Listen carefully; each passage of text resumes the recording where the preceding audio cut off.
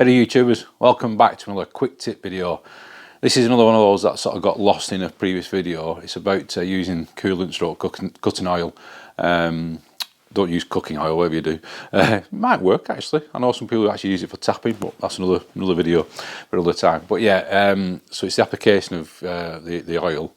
Where to place it, so like on a slitting saw for instance, which is what this video is about, it's applying it in the right place. It actually takes it into the work, whereas if you spray it on another part of the saw, it'll actually fling it away from the work.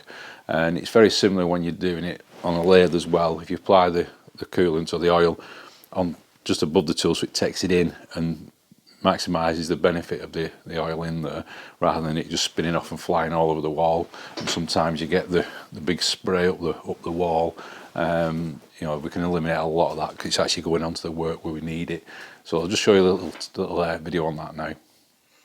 So this first video is showing it. I'm going to spray it sort of on onto the workpiece, so you can see most of the fluid gets flung off. Yeah, there is still some on there, but quite a lot of it does get flung off. So the second bit shows we're actually going to apply some coolant.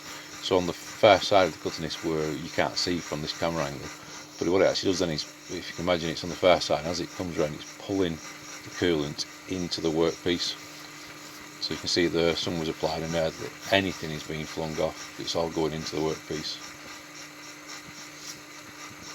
So we'll just leave this running. Yeah, you get the odd little splash here and there, you're going to get that anyway, but you'll see probably 90% of that coolant, the oil, is going into the cut and not being wasted.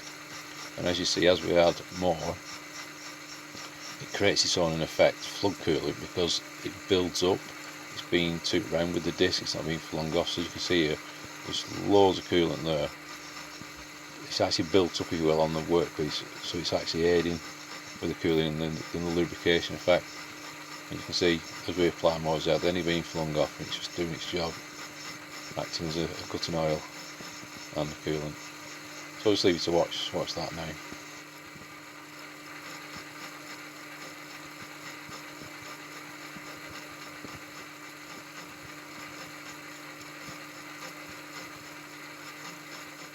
So there you go, that's just showing both, sort of applying it on one side so it flings away from the work, and you can clearly see on the other one, it's applied so it's dragging it into the workpiece.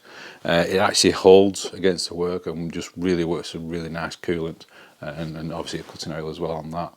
So I hope that tip helps you. If you've any questions about it, put them down below. Like I said, it will work for other tools, so like milling, lathe work, anything like that. Just think about the application where you're going to put it.